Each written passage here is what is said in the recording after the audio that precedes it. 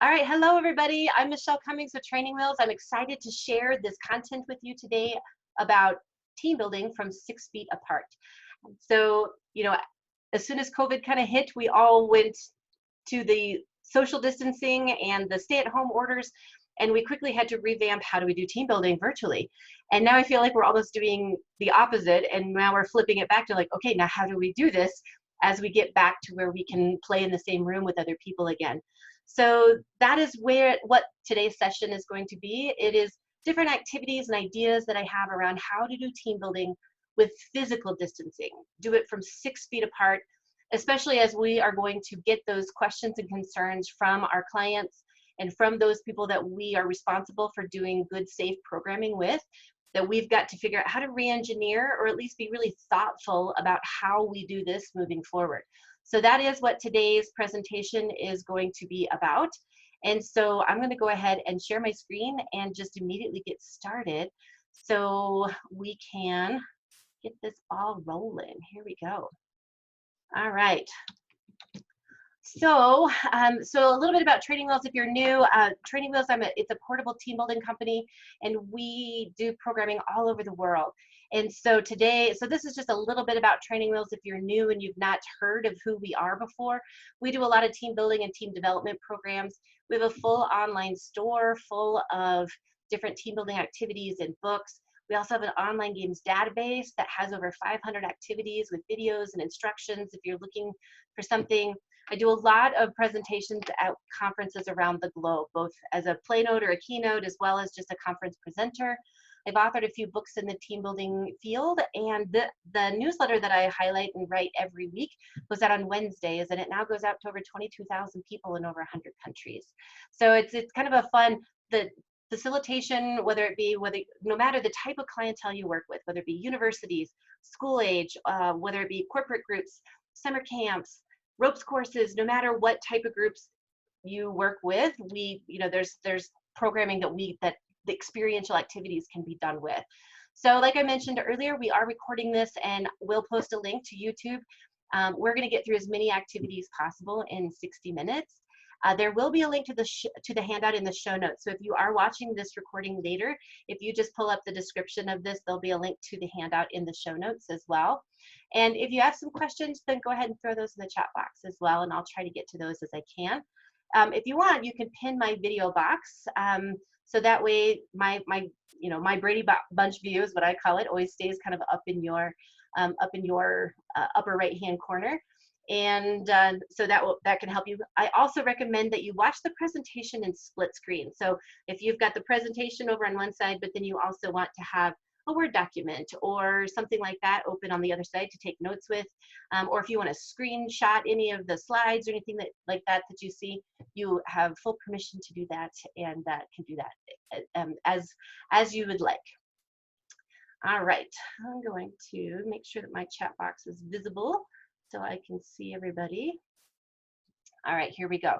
So what we're going to talk about today are just some considerations. First, just to talk about things that we maybe need to think about as far as our room setup and things like that go, as we are bringing participants back into in-person programming, but still keeping some physical distancing in mind. So last Saturday, there were several Colorado facilitators that got together over at the Training Wheels headquarters, and this is actually in my garage. We staged several photos. We were going to be outside, but then Mother Nature had different plans for us, so it rained, and so we were actually forced to be inside more than we'd like. But I have a kind of a kick butt garage, so you'll see more of my garage than I ever thought I would be showing on the internet, but that's what it is. So one thing that we will be that we had available and we made sure is, to have the Clorox wipes and to things like this available to where you could wipe things down. We had, of course, our hand sanitizer and all those things available as well. But one thing that we did also do, I did have some portable masks and other things like that available, or disposable masks, but those are all going to be things that I ask my participants to bring with them, but of course we know that some people will forget. So I will have some of those things online available as well. So one thing that we did was we made sure that anything that we put out, we use the wipes on. So all of the markers that you see standing up there on the table there, we, Chris Cavert and I, we wiped those down and made sure that then anything that we wanted each individual person to have, we put little piles of, so that when people came, they could pick their marker and their individual things, and they weren't reaching into a community bin of things or anything like that, and gathering things in that regard. So anything that you want your participants to have throughout the program that you want to use, if you're using props at all, then I would recommend having individual stations or materials or things like that readily available to them. So another thing that you can do if you are going to have things that you want participants to be sharing of gear, or to have gear that they will be responsible for, is to maybe have a bucket with bleach water for the gear, or a spray bottle. And now this is for like plastic gear. This is for non-protective gear. So if you work in the challenge course industry or something like this, I would not recommend putting harnesses or rope or anything like that into a solution that might damage the material. So this is more just for things that might be plastic or laminated and things like that, or have a spray bottle with a disinfectant spray and things like that on it. And then one thing to consider is to consider using color safe bleach, so that way we protect participants' clothing and things like that. So here's one thing that I wanted to share with you, an idea that I had. This is something that I used to do back when I used to be a challenge course director, is to have maybe an individual bucket for each participant with their names on it, and then everything that they would need for the day you could put inside. So so if I'm going to do the key punch activity, then I would have, you know, the specific numbers or things that I wanted them to have already tucked down on the inside of the bucket. They can also then put their personal belongings in here, and it also makes a really great chair. So I did a quick video to pull everything out of the bucket and show you what are things that you could put in there. So we're going to watch this video next. Hi everyone, I'm going to show you one option of something you could do when you're trying to figure out how to do physical distancing team building games with your participants. So back when I used to be a ropes course director, it was out in the woods. We used to have people walk a little ways from the parking lot to the course. So I would have a bucket with each person's name on it that was going to be in that program that day. And then everything that they needed for the day was going to be inside the bucket. And then this bucket also became a really cool chair. So then when we needed to sit and debrief and do things like that, then they had a place to sit, but then also they could put all of their own personal belongings in here, things like that.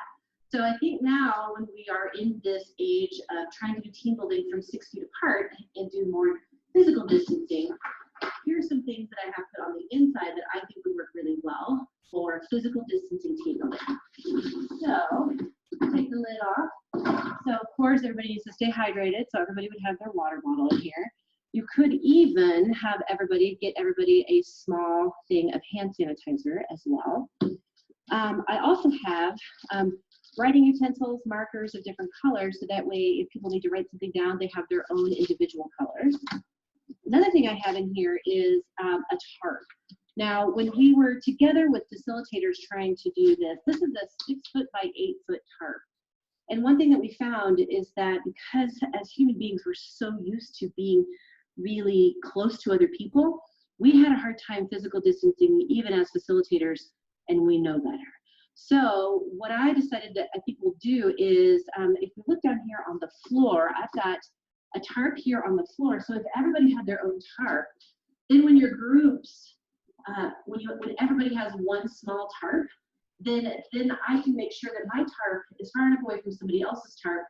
So if I'm doing different activities, I can make sure that as long as I have a space that I need to stay within, that really helped me be able to have a spot marker to where I would stay 6 feet apart from somebody else if I had boundaries on the ground. Another option that you could do is just painter's tape on the floor or something like that. But without the boundaries, we were finding that we were getting a lot closer to one another than 6 feet. Another thing that you could do is even just use small webbing pieces or something, or this is parachute cord. And if everybody had a spot to stand in, then they could put their spots around as well. And then that helped keep the distance of 6 feet apart from one another. So let's come in a little closer to see some other things that I have in here.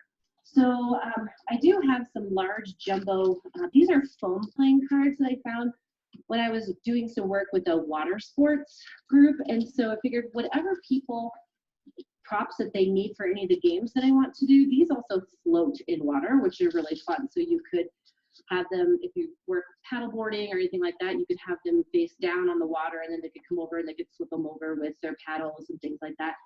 But they also work well if you want to do team building games where they mix them up and they don't know what card they have, and then they have to put their card to their forehead.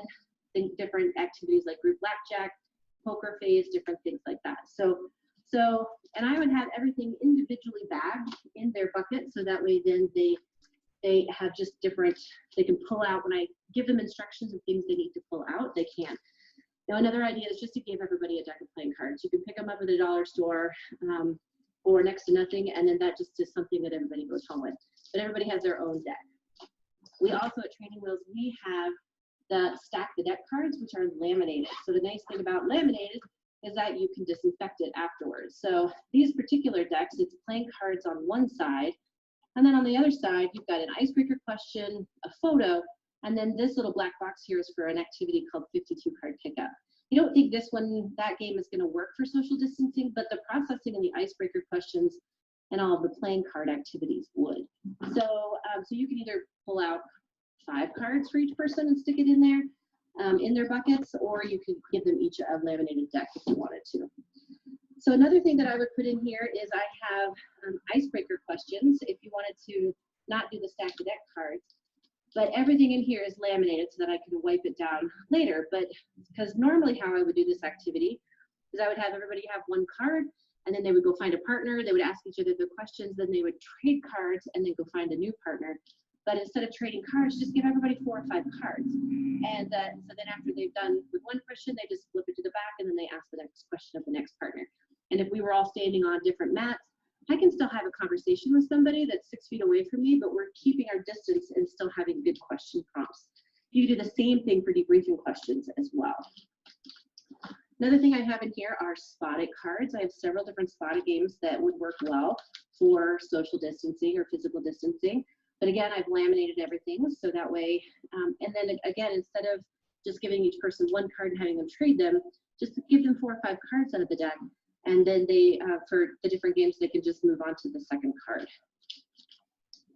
Another thing that I have in here is I pulled out a couple numbers from my KEYPUNCH deck. So if I wanted them to each have a specific number, then you could pull the different discs, the different number discs out of here. And if I had a group of 20, then each person could have 1 or 2 of them in their buckets ready to go. Another thing you could do is just laminate different picture cards for processing and things like that. These here I've got double-sided, so that way you've got different pictures that you could use on the fronts. You could also use the backs, different things like that. What just happened here? Another thing you could do is I've laminated all my word circle puzzles, and then I put each word circle puzzle on a key ring, so that way I can keep them on a carabiner to keep them all together. So these are just those splitter rings. Hold on one second. I'm going to disable. I'm going to clear all drawings and disable the annotation bar for those of you that are poking around trying to do that. Let's see here. Okay, here we go. That you would use to put through a 3-ring binder. So I just punch a hole in my word circle puzzles, and then I color code them so I know by looking at them quickly, and I can say, go find your yellow cards or go find your green cards, and then they can be working on their individual mats with with their word circle puzzles. Other things you could put in here is just different, these are 15-foot long pieces of parachute cord, so that way they can make their own circles, things like that. Let's see, in here I also have small processing and debriefing activities in here. I've got a small body part debrief on charms. We carry these on the Training Wheels website. They're body part keychains is what they're called. I also have some little red, yellow, and green stoplight, because I use that for behaviors we need to stop doing, things we need to be careful of, things we're doing really well. So you could have built-in processing tools right in here.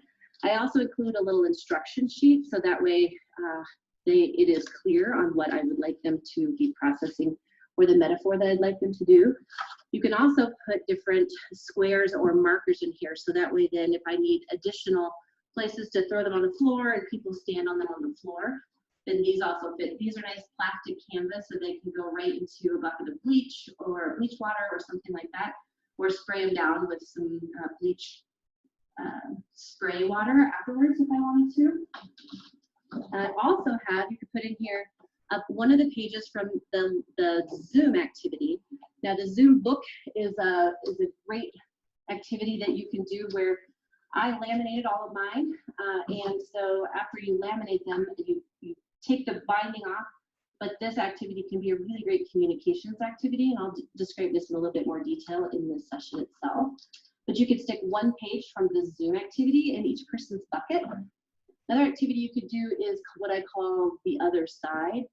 And this is a great activity to talk about perspective, where if I were standing, I would describe my side of the story with somebody, with a partner, and they would describe the other side, what they see. So if I was standing on one tarp and my partner was standing on the line over here, then I could describe what I see on my side, they would describe what they see on their side, and then together we would try to figure out what is going on in the story. That's a cool activity. And then I have some webbing in here, things like that. So again, if I wanted to create lines on the ground, or a circle where I wanted them to make a spot marker. I also have some index cards in here. So that way people, if I wanted to do word circle puzzles on the fly and give everybody one word in the moment, it could. Or if they wanted to write down questions or different things like that, it's just good to have a little stack of index cards. And then also sticky notes. Everybody has their own little small sticky note pad. Then they could write on this and then you go stick it up on a question board or something like that. And then last but not least, I have a small piece of webbing in here that you could use for a little activity I called a forget-me-not. So with their permanent marker that they would have in here as well, they could write at the very end of the day, what is something that I don't want to forget about this experience that we had today. And then after they write down that phrase or whatever it is, they tie it a knot, they take that home with them, and it becomes their forget-me-not. So those are just an example of some things that you could put into a participant bucket. All activities I think that you could do with physical distancing team building.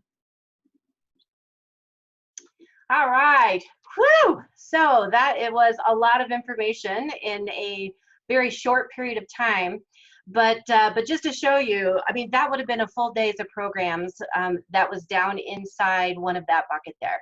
So, and that's not all the activities. I've got a whole bunch more to show you, but I thought that's just a great example of what you could do. Just throw everything into a bucket, and then everyone's got their own stuff.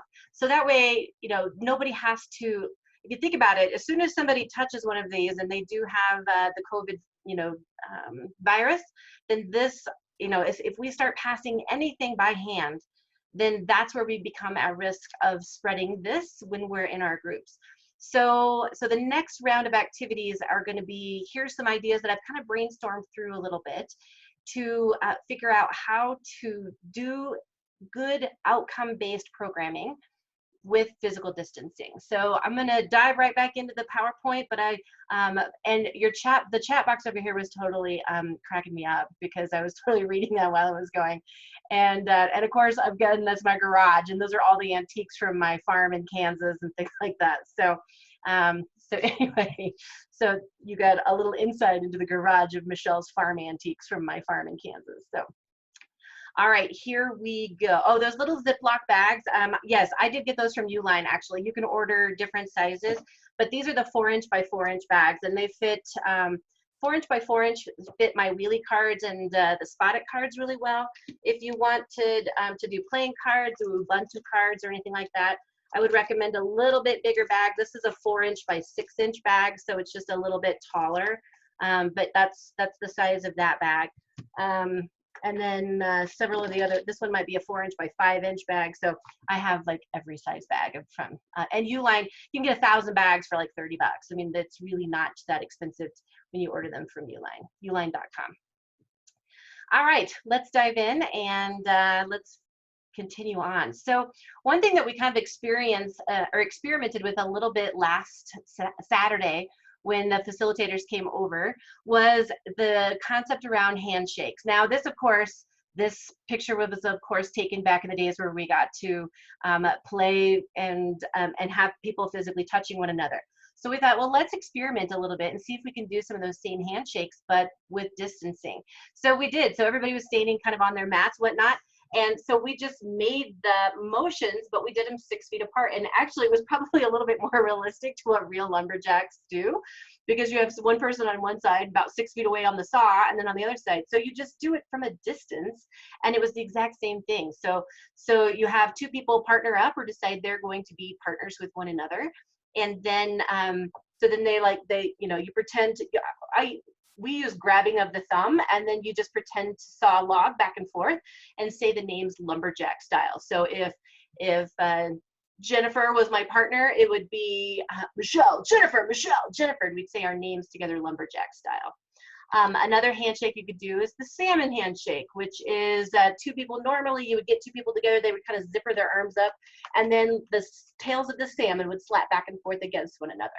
So doing it 6 feet apart, you just do that same thing, and you can still slap your own wrist, your one hand on your wrist, and still make the same sound effects, but you're 6 feet apart.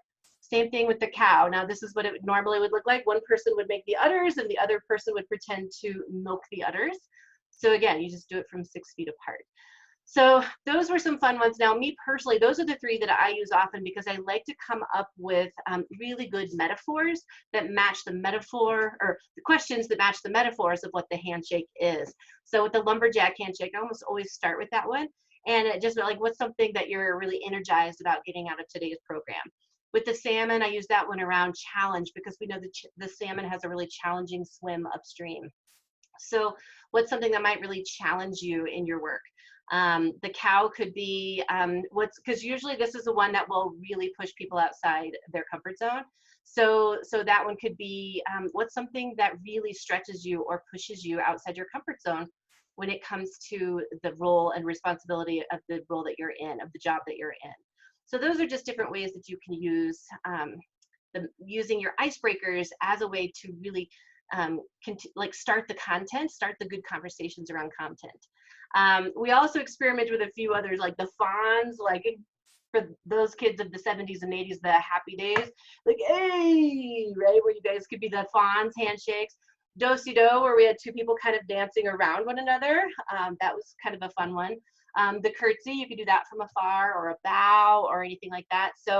So again, one thing that I like about these is you can incorporate content from your training right into your icebreakers, but you also have some established partners right at the very beginning. So that way, if you need a partner for an activity later, you can say, go find your cow handshake partner. And then, they can position themselves in a way to where they always know who that next person, who that partner is. So it's to help save a little bit of time is what I like about handshakes. And this one I mentioned in the videos, but the icebreaker questions, again, we usually have people pair up and have them ask each other a question, then trade cards and find a new partner. But just give everybody 4 or 5 questions themselves, so we're not spreading germs on the props and things like that. And the conversations can still be had standing 6 feet apart. Another thing that we did was we actually, I put up a bunch of icebreaker question and debriefing questions up on a whiteboard up on the wall. And so I want to show you this app that I found that is called Make Dice. And so I'm going to do a new share here, and I'm going to share my iPhone. Actually, let me show it to you in my camera view first. So this one here. So this is what it looks like here. So if you look at my thumb here, so when you shake it, then the dice just randomly shake like this, okay? So what I like about it, I'm going to go ahead and I'm going to screen mirror using my, let's see here, maybe this will work. I'm going to screen mirror my Zoom onto my phone, although it does say my internet is a little unstable, so maybe this won't work. But okay, it's not going to work. But you can see it in my gallery view, or in my camera view here. But all you do is you just shake it, and what I love about it is that I can make the different dice whatever I want it to be. So you'll see here on the screen I had one that were just names of people, I had another one of pictures of people, because you can actually put pictures on people's, on the dice themselves. And then also you could have a, just a number die. And so what I liked about this is that every time I shook it, then I had more than 6 people. So if you have 6 people in your group, that's easy. You just do names on a dice or pictures on a dice if you know it, if you have photos of them, and then shake it up, and then whoever answer whatever question number 1 that comes up on the dice, then I would start with maybe the white dice. And so, and this one here, Craig, the white dice here, he would answer, if you're looking at the screen, question number 2, what's a great scar story? How did you get one of the scars that you have? So if I did the white dice last time, then the next person I could do would be go to the blue dice for the next one, and the dice would scramble up. And so this is question number 4. So what is your favorite ice cream sundae combo? And so then, and then the picture dice, then you could go to the third one there, go to the picture dice next. So, so West here, my friend West would then answer question number 3, what's your favorite board game? So this one here, just think up some icebreaker questions ahead of time and throw them up on a board, but this also works great for debriefing. So I have 3 different colors of debriefing questions over here on the right-hand side. And that walks groups through. The orange are what just happened, the green are so what, and the blue is now what. So you've got your what, so what, now what questions. And then you can do the same thing. It's like, all right, so, you know, Deb here on my dice would answer question number 2. So what happened at first during the game? So really walking them what just happened. And then I could go to West on number 2 there, which would be, why do you think we would do this? What do you think is the purpose behind doing this particular activity? And then Aileen could answer, how does this apply back to the real world? So really your groups could walk through with your different dice, the what, so what, now what. So this particular app I did have to purchase. It was $2.99, so it wasn't a lot of money, but it is a little bit of an investment. But I found all kinds of different things. Another thing, that when you are programming live and in person with a group, you could even have a bigger screen. Like instead of your phone, you could do something like this with, you know, an iPad and put it on there with an iPad. And it's easy to add additional dice. You just add one here. I actually added a dice and I made pictures, made a dice that had different body parts, pictures of body parts on them, so I could do my body part debrief activity and things like that. And so I've got the heart, so I would ask Peter to answer a question about a feeling that he had that day or something like that. So that just gives you all kinds of different ideas and things that you can do with using Dice app. And so there we are, using it there. We used our masks, so we were making sure that we were keeping everybody safe and things like that. So, and once we started playing around with our phones a little bit and started thinking about, because most participants are going to be bringing their phones with them, could we use that as programming possibilities? So for some of you watching, they're like, no, I can't ask people to download things. But others are like, maybe I could ask people to download some things. And it might actually open up some programming possibilities. So, but if you are going to do this, we recommend that you send out a list of the apps that you would like your participants to download ahead of time. Because in the moment, it took a long time. And especially because some people are Android users, some people are iPhone users, things like that. It just, that it can get confusing. So if you know that you want to do this, I would recommend letting your participants know ahead of time if possible. So I did find a playing card app, which really kind of opened up all kinds of fun stuff for some of the playing card activities. One other thing that we did find, though, is that you have to instruct your participants to change the display and the brightness settings on their phone to auto lock never, because when we started using them in a couple of the games, of course, people's screens started to go dark, and then people were tempted to go over and touch people's screens to get them to come back to life. Well, now we're spreading germs by touching other people's phones, and we don't want to do that, right? So here's an example of, I found this really great playing card app, and I'll share it with you here in a second. But what's nice about it is that once you have, if you decide to use playing cards or something like this, an app on your phone, I'm going to go a little wider screen here so you can see it. But if you decide to do this, now if I want a random card to pop up, let me make sure I want a new deck. Okay, here we go.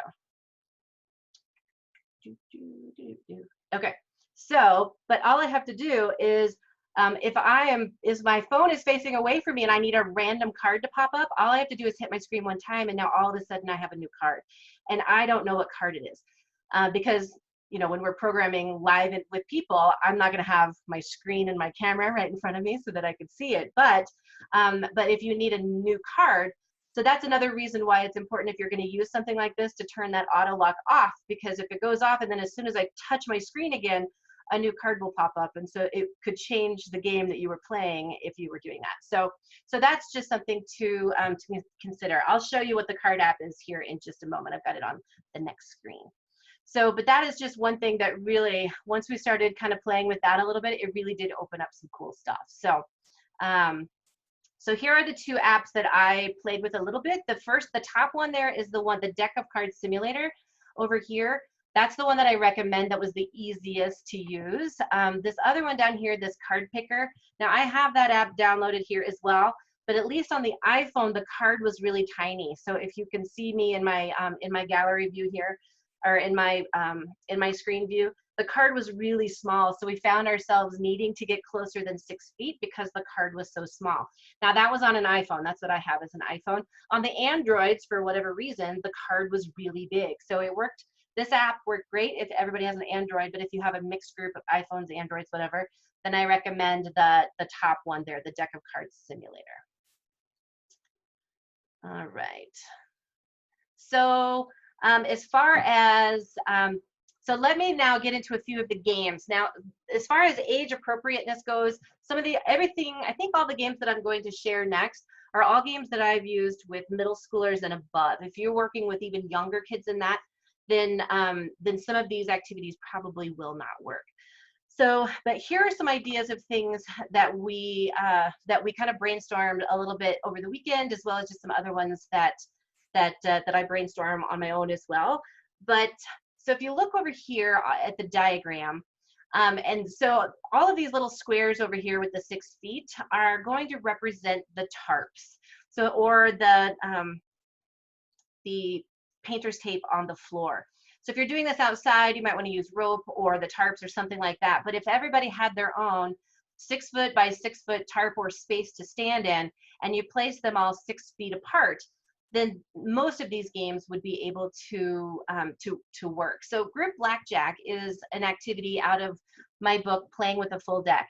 And it is a large group activity, so you could have a smaller group as 12 to 15 people, or as large as 52. However, that'd be a lot of tarps and a lot of physical distancing that you would need to maintain, but it could be done. So now one thing that we also found, that if you assign sides of the tape or the tarp, then you could have one person here, one person here, one person here. So, but if you at least had the designated spots, it would help people know who was going to be with one another. So this game, people are not allowed to, it's a silent activity. Participants are not allowed to use their voices during the activity. So if everybody has a playing card on their forehead, then they would have to mingle around, staying on the outside and staying 6 feet away from people, and try to get everybody in the group into a group that when you added up the face card, the numbers on the cards, that they equal a combined value of 19, 20, or 21. Any one of those three numbers is a winning hand. But the catch is, the activity is not over until everybody in the group is in a small group. So you can't leave anybody out. So it's a great inclusion group, but it's a great math skills group. And again, you would put masking tape, rope, tarps, whatever on the floor to keep everybody apart. But then, and you can just see here by my example. So 10 and an ace, that would be 21. But this group over here, if you had a 2 and a 5, 7, 14, that would be 20. And if everybody was standing on the corners then in that one group, we could tell that they were a group, but yet they're all still maintaining social distancing and staying apart from one another. So that's an idea of one activity you could do. Another playing card activity you could do is called Pokerface. Now, Pokerface is another one that if you use the tarp thing, to keep them all 6 feet away. This is another silent activity to where participants can't use their voice, and everyone put their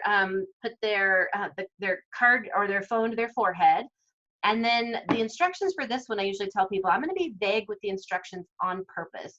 Figuring out what to do is actually a part of the game. And what I'm going to have you do is kind of mingle around, maintaining 6 feet apart from one another, and treat one another based on the face value of the card that you see on their forehead. Ready, go. And I tell them I'm going to be vague intentionally because figuring out what to do is a part of the game. So then they kind of mingle around, and only for about 60 to 90 seconds. It's not really a very long game.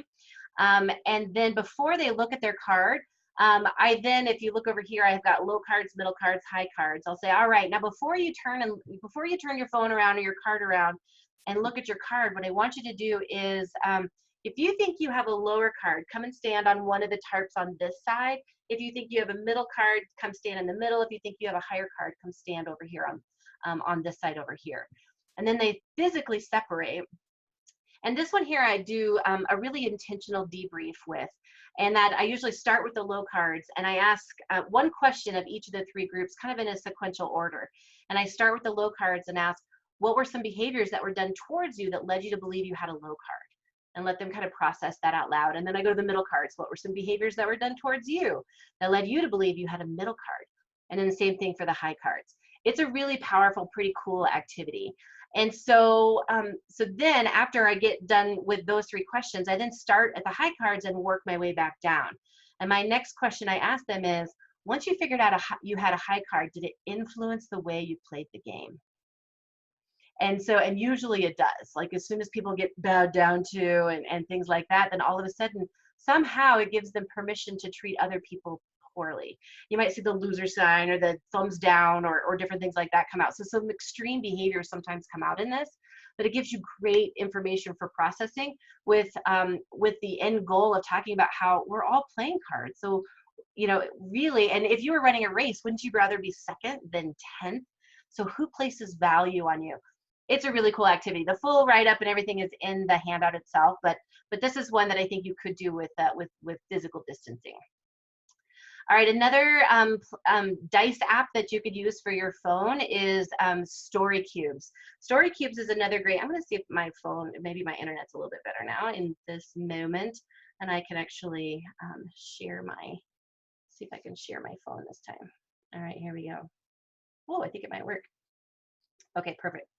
All right, so so here's all this is my one page, those are my cutie kids and my husband, but what I do is, so this is the, let's see here, I'm on story dice. So if I open this one up here, in theory, oh, come on now.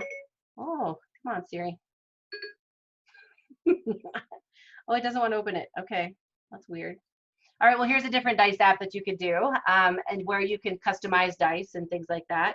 I really want to open Story Cubes here. It doesn't want to open, but this is the playing card or the make dice one that you can see now a little bit better now that I've got it open.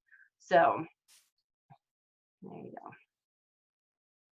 And then this one here is the playing card one. So you can see this one a little bit better. All I have to do is tap on the screen and a different card populates. And then this is that card picker one. You can see how much smaller the cards are there. I really wanted Story Cubes. It popped up earlier, but it doesn't want to today. All right, we'll let it just be quiet there. So, all right, but so what you so this one here then, Story Cubes is one where you shake it. If you can see the picture there, you can shake the phone and the images then populate, and you can actually put in. You can use them for processing prompts or impromptu stories utilizing the cubes, the different pictures. You can also decide, you can have up to 10 dice in one screen, and you can pick whether they're more younger kid age or older kid. There's some Star Wars ones you can throw in there. So it gives some fun different images that you can use to make up impromptu stories or use them as processing pictures, or yeah, something like that. The moving mouth app is another fun one that you can do. That this one here isn't really an activity, but it was more fun. We had so much fun messing around with this on Friday or last Saturday that I thought I would just mention it. So it's called the moving mouth app. So basically, they've got these different mouths that when you hold them up to your face, because of course we're all using masks, and you can't see people's lips. So, so they had all these different types of smiley faces and things like that. That when you held them up to your face, then the mouth actually moves. So here's a little video. Okay, this mouse light app is kind of fun because if we're using masks and so nobody can see our lips, you could use this app to where pull it in front of your mouth and it's going to move as you talk, which is kind of fun. Some good comedic relief to pull into the mask wearing era that we're in. All right, so like I said, not really an activity, but man, did we have a lot of fun messing around with that. So I thought I would just share it with you. And of course, the app for that one is, what it looks like is this here. So it's Mouth Mover Lite, and that's the one. And then that's a free app, but if you paid additional, whatever, it opened up all these other mouths and things like that. So, but what you see there are the free ones because I wasn't about to pay money for more of those. So, but if you want to, you totally can. So, all right. Thumballs. Thumballs can still be used. Just one person would be holding the ball and toss it themselves. So maybe the facilitator, since it's my stuff and I already have been touching it, I could toss it up to themselves, announce the question or the statement for each person to answer. If you don't have one of these, you can always make your own with a beach ball or Sharpie. We also have a blank thumball now at Training Wheels, so you could make one on your own with your best penmanship and a really fine tip Sharpie. You could make your own. Or another thing you could do is just tell them how the thumball works. And we experimented with this. If everyone was seated in a chair, you could kick the ball over to somebody or roll it over to somebody, and then they could stop it with their foot. Or if you're the one that's holding it, you could, and let's say Nick was the one that just answered the question, then he could pretend to throw the ball to somebody across the circle from him, and then they would pretend to catch it. Then I could toss it up to myself, and then I would say, all right, your next question would be, what are your 3 favorite foods? And then he would answer that, they would answer that question. So we experimented though over the weekend with rolling it with our feet, and that worked really well as well, because as soon as you stopped with your foot, whatever question was kind of face up. And so we kind of had decided that if, moving things around with your feet would probably work. So, could you use gloves with a ball? You probably could, and hand sanitize right before and right after. And I have tested hand sanitizer with these, and it doesn't smear the writing or anything like this. Now, if you're using a beach ball with a Sharpie, it'd probably smear on that. I don't know that 100% because I haven't tested it, but if everybody hand sanitized right before, you probably could use them. But I think general practice, at least for a little bit, is to no touching of shared things unless you're going to immediately disinfect or something like that as well. So, and there are a lot of great no prop activities, but when I was brainstorming, I'm like, a lot of my no prop activities that I know require you to kind of be closer together. So it is a great time for no prop activities, and you might have to tweak and change them a little bit for physical distancing as well. I also have a numbers thumball, which if you want to do like we showed earlier with the questions up on the board, then you would just need one ball and you could roll it to people, and when they stop it, they could look up and answer the questions there. Or if you're doing this in a classroom, then you could have them up on a PowerPoint or something like that as well. Laminated Zoom. This is one that I talked about in the participant bucket. So it is the book Zoom by Istvan Banye. And this is one that it's a story that starts at one place, and then every single page after the first page kind of zooms out a little bit further away from the page before it. And so the activity then is you would zip the binding off, laminate all the pages, and then you could stick one page in everybody's bucket. And so it's a great communication exercise to where the whole group has to get back in order from the beginning of the book to the end of the book. But they can't show anybody their page. So now this is what it looks like when we could be close to one another, but that won't work right now if we want to maintain 6 feet apart. So this is kind of what I think you could do, is you could just put down rope circles on the floor to where if you made sure that those were 6 feet apart from one another, everybody had one page, and then they could be, you'd have to have conversations more across the room from people, and you could probably have 1 or 2 people come into the center and trade spots with someone. But I think we'd have to probably have a pre-arranged circle in order for people to still maintain that 6 feet distance away from one another. Invisible maze is another one that you could do. This one here, it could be any type of tarp or any type of grid. So if you had masking tape on a floor, you could do it. You could pick up shower curtains at the dollar store if you wanted to, and take some time putting masking tape on those so you could use them over and over again. But basically you have you the facilitator have a preset path that you want your participants to walk through. And usually, the way we usually play it is one person at a time on the tarp. And then each person, by trial and error, they step once onto the tarp, and if they are in the right spot, then they don't hear any noise. But if they step into the wrong spot, then you have a noisemaker where you would indicate that they stepped into an incorrect spot. You could also put down a variety of like spot markers like this in a grid format and use those as your spot markers, poly spots or anything like that as well. But everybody on the team has to correctly step through the maze. So rope circles on the ground for observers to advance to the next one I think would be important. So it might look something like this, to where you've got all of the spots predetermined for where people will be standing while they're observing.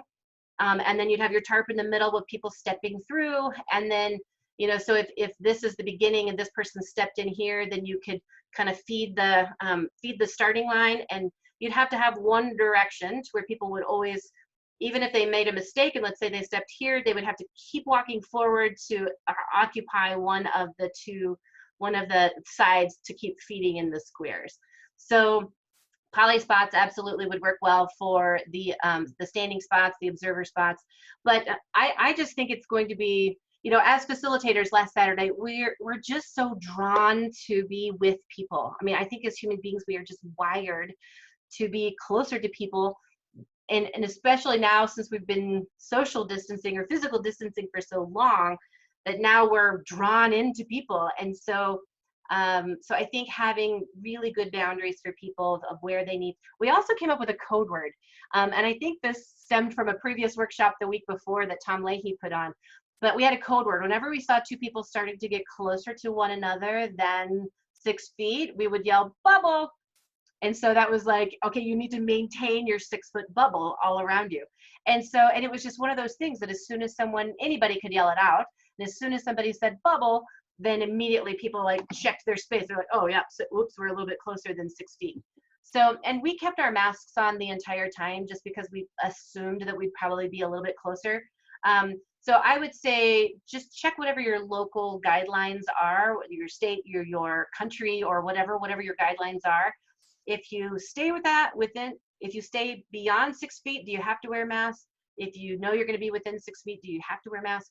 I'm not going to make any kinds of those decisions for you. Just leave that up to your best judgment. If you think masks are going to be the best, then I would use them. And then also just, you know, keep the 6 foot or the 1.8 meters for my metric friends here as well. So. All right, group juggle is another one that I think would work well. Instead of throwing any of the items, you could kick or roll objects through a specific sequence. Normally, of course, we throw these through the air, but if we're rolling them, it changes it from 3-dimensional to 2-dimensional, which I think is going to be way more challenging. Because when we're throwing things in the air, there's every once in a while the mid-air collision. But if you're rolling things on the ground, there's going to be so much more opportunity for collisions. So I think it will add a decent level of challenge for this for the group juggle type of activity. All right, key punch is another one. Key punch is an activity where you touch numbers in a specific sequence.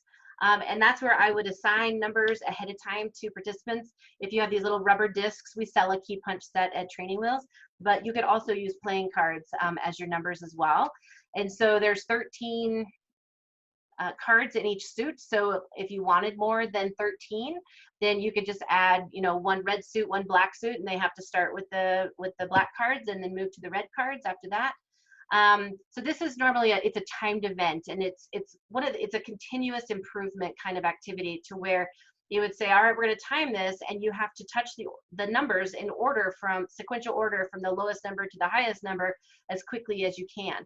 So what I would probably do to maintain physical distancing with this one is you would almost assign different, you know, like each tarp would be able to go at a different time. So like this might be number 1, and the one over here might be number 2. And then over here is number 3, and over here is number 4. So that way people are entering and exiting opposite from one another, and only one person can be in the, you know, can be touching the numbers at a time. And then they continue to get faster and faster at it. This is a great one for continuous process improvement. It works great for kids groups. It also works great for more adult and corporate groups. And you can adapt it to work on tabletop if you want to as well. And then Chris Cabot recently shared with me how to do this with alphabet letters as well. And so you could type out the alphabet. So you could really get creative and do whatever you would like with it. But it's a great one for continuous process improvement. And then the prediction activity. Now this is one that I've shared out in the last in the virtual format. This is one that we kind of took from the in-person to the virtual, and now you can pull it back out into the in-person as well.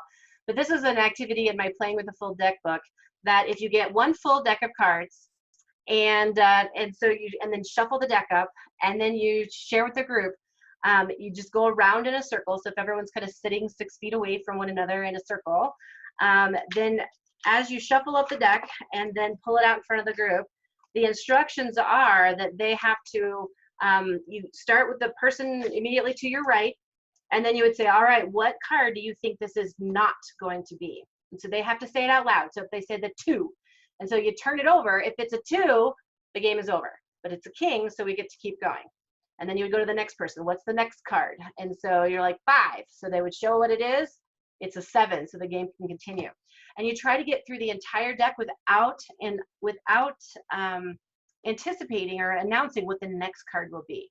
Now it sounds kind of like a silly game, but what I love about it is that usually they don't figure out until about halfway through the deck that they should have maybe been keeping track of the cards that they've said. And so it's a great metaphor if you go to debrief this with groups around how sometimes we get halfway through a project before we finally decide, man, we should have thought this through a little bit more, and we should have processed this ahead of time, assigned roles, responsibilities, or something like that.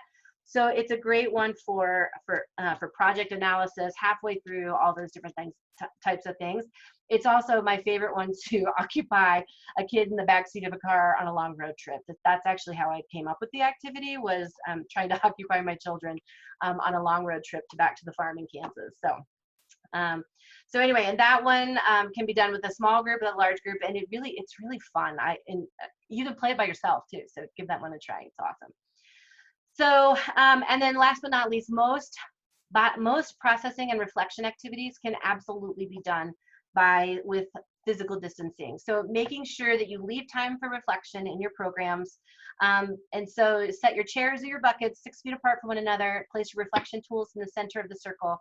My personal favorite, of course, is the body part debrief, where you have these physical different little body parts that are stress relievers and whatnot. And so then, and I have different skin tones, different colored skin tones for these as well. And I like to front load this one and give people an example of the type of answer that they could give. So like the heart could be a feeling you experienced. The hand could be give a hand to somebody for a job well done. The ear could be a good idea that you heard. The stomach could be something that took guts to do or pushed you outside your comfort zone a little bit. The eyeball could be something new you saw in yourself or someone else. The brain could be something new that you learned. And the smiley face ball could be just something that made you smile or laugh, or something that you would have left that you would like to say to the group since it has a mouth on it. So, but really any debriefing activity would work if you put things in the middle just as metaphoric prompts. Now, I probably would not have people come to the middle and pick up a part and share it. I would just have them point to it and say, I choose the ear because I heard a good idea today and this is what was, things like that. So, so that is a fabulous debriefing activity, and I've used it with all age groups from kindergarten, as young as even 4-year-olds, 3-year-olds, and 4-year-olds. I would just use 1 or 2 parts at a time with the really little and start with the more external parts. Mr. Potato Head also works as a fabulous body part debrief, and then you could dunk all of those parts right into your bleach water bucket as well, if you did have people holding on to them. So that's what I have to share with you today. I hope you got some good ideas out of this. So here's just a few another additional Training Wheels resources. We do have that online games database. I do have an online experiential facilitation course if you want to learn more about facilitation skills. And my e-newsletter goes out every Wednesday we now have over 22,000 people all over the world in the newsletter. So it's a great resource. I share tips on how to be a better trainer and activity ideas. I announce webinars like this, different things like that. So again, I'll share the recording. Hopefully you got the handout, link to the handout in the chat box as well. But thank you so much for spending an hour with me today, and I hope you got some great ideas, or at least get your wheels spinning a little bit on what are some things that I could do for my program that I would be able to maintain that physical distancing, keep my participants more safe, help prevent the spread of germs, all those different things. So I hope you guys had a good time this afternoon, and thank you so much for joining me. If you want to stick around, I'm going to stick around for probably another 15-20 minutes. I'll let you unmute yourself here, so that way if you want to ask me questions, you can. If you had specific questions about things, maybe I didn't see it in the chat box, then I'll answer those as well. So, but thank you again, everybody, for coming. All right, I am now going to go and I'm going to let you unmute yourself. That's a magic button here. Allow participants to unmute themselves. So now if you have a question, you can also use the raise hand feature in your down in your Zoom bar as well. If you want to raise your hand to ask the question, you can, or you can just throw it in the chat box, or just unmute yourself, and now we can have a real conversation. Can you explain how to play Invisible Maze again? Yeah, the Invisible Maze activity. So you have your tarp laid down on the ground, and me, the facilitator, I would have the answer key, basically, of what I wanted people to, the correct stepping sequence that people would be, that they would have to, through trial and error, figure out what my stepping sequence is. So one person would start, and they would just randomly pick one of the squares to stand in, and if it was the correct spot, then I would not buzz them. I'd have a bike horn or a buzzer or something like that to announce whether they've got an incorrect square or correct square. And then, so if they step in the correct one, it's silence, and they know they've made a correct move. So then they would choose another square that is just directly right around the square that they're stepping on. So it could either be to the side, forward, or diagonal. And so then they would step into another one, and if it's right, they'd hear silence. If it was wrong, they would hear the buzzer. If it's wrong, then they would move to the end of the line, and then the next person would come up and they would make a couple of attempts. And so, and then eventually everyone on the team has to be responsible for walking the correct steps through the maze. So it's one of those, it's a great metaphor when you go to debrief it around how we all figured out the problem together by trial and error, but then everybody on the team had to be responsible for knowing the correct path. So that's kind of how I use that one in debriefing. And the full write-up for that one is in your handout. That goes with this one as well. Good. Cool. Yeah, absolutely. Hello. So, hey, Jennifer Steinmetz, I see your hand up. What you got?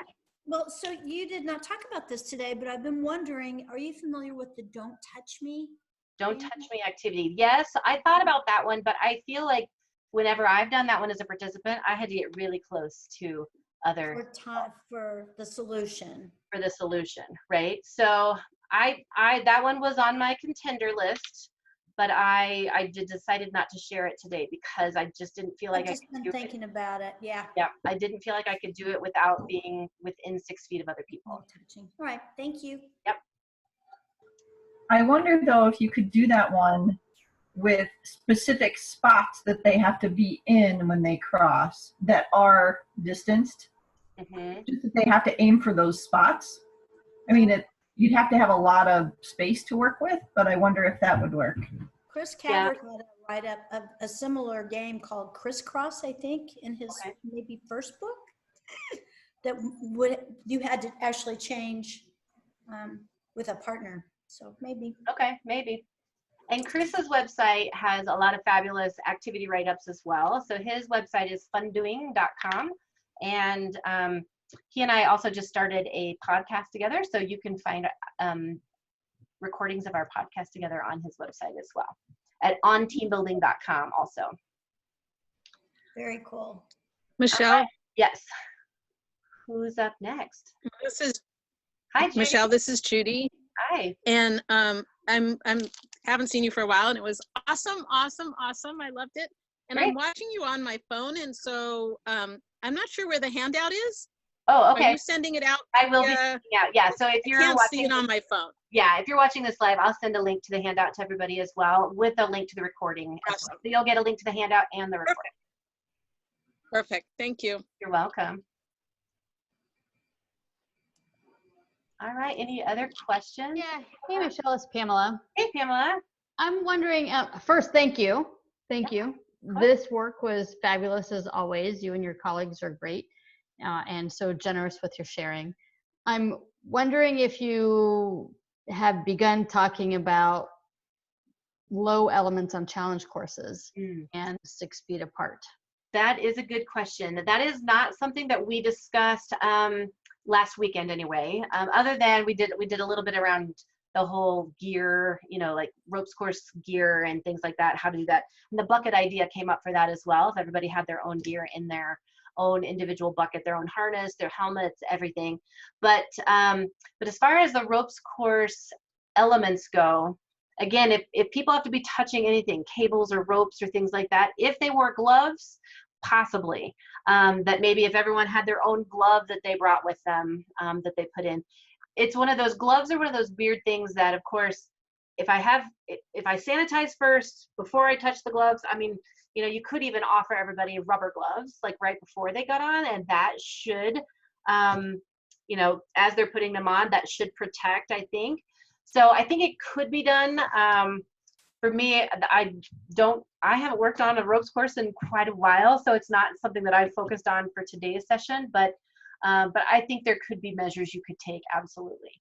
I think we just have to be careful about, you know, I think we could go through like 17 boxes of these in one program if we're not careful. So I think we also just need to be careful of our waste as well. Yeah, I appreciate that. While you were going through these activities, I was thinking of things like all aboard with the, you know, the different boxes, using the large boxes and somehow cleaning hands and stuff. I was thinking about Australian skis and some of the yeah, I think blind polygon, and if we're going to use anything to where people are going to be within 6 feet of one another, everybody will have to wear masks. Yeah.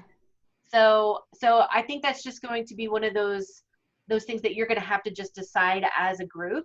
If there's anybody that's uncomfortable with people not having a mask on, then everybody's going to have to wear a mask. And if you are going to get closer than 6 feet, then I think mask wearing will probably be a requirement for a little while. I don't know how long, but I think at least for the first few months as we open things back up, I think it'll be something that we have to be very careful of. And then, you know, maybe eventually it will, I think masks are going to be a part of society from here on out. And some people will be wearing them all the time. Some people will be wearing them none of the time. So it's just, I think when we're doing group work together now, it's just going to be one of those conversations we have in the beginning before we get started as what is everyone's comfort level with touching and sharing and things like that. So Michelle, yeah. Speaking of your mask, where did you get your mask? This mask here I've had for a long time because I travel internationally for work all the time. I've had this mask for a long time. So I got it off of Amazon like 5-6 years ago. But yeah, it's the kind that has, I mean, you can stick the little, you know, the N95 things in it. But yeah, it's one I got off. I bought it before I went to China a couple of years ago, and it's Amazon. Okay, thank you. Hey, Michelle, I have a question. This is Terry Chase. Hey, Terry, how are you? Good, good. Hey, I've been thinking about bull ring and how that would, and I didn't bring mine out, but I didn't measure the strings. Yes, but I was thinking a contender as well for this webinar. Yeah. But so we discussed bull ring on Saturday, and we got to thinking, I'm like, if it was outside and you didn't make people go through like a doorway, you know, because a lot of times you have to get really close to go through something skinny. But if it were outside and maybe you're just going through the crook of a tree or something like that, to where not everybody had to get real close. That one is on the maybe my second tier of activities. Well, and people would have to stay at the very end of the string. They would. Mm-hmm. And so that, very you know, I would say probably no more than 6 people on a bull ring at a time. You know, so maybe not all 12 people. I would probably keep a fewer number of people on one ring, so that way they can really stay far apart. And that was a pretty simple one to throw together too. We carry them on the Training Wheels website, but mark the 6-inch like length. So knowing that they couldn't go any further, they couldn't shorten their rope any further than that. Yep. Because because the one that I had from you, I mean, it's basically one color, but it comes into 2 strings. That's correct. So would you give each person 2 strings then? I would. Yeah, I would give them. Okay. Yeah, the 2 that are connected to one another, I'd make sure that one person had those 2. And what you can do is just 1 foot in from the end, just tie a little overhand knot, and that's what they end up holding onto. Okay. So that way then they know you can't get any closer to the center than where that little knot is. And it also gives them a good, because kinesthetic. 12 inches to me looks like this to somebody else and whatnot. Yes, I know. So I just tie a little overhand knot at the end of them. Good. Okay. I tie bowline loops for participants, and so they've only got about 3-inch loop that they can hold on to, and that's what that's their handle. Yeah, cool. Nice. They could stick their finger through the loop then. Hey, Michelle. Yeah. Hey. Man, thank you so much for sharing. This has been great. By the way, if you hear a screaming child, it's because my 15-month-old really enjoyed it. So excellent. Applause. An idea for KeyPunch that, like, I'm a ropes course program designer, and so for KeyPunch, I've actually thought about, in addition to what you're saying, actually having 2 or 3 different platforms that actually increases the amount of communication that they have to have between platforms. And so you're automatically taking a group of 8 to 10 people and separating that as well.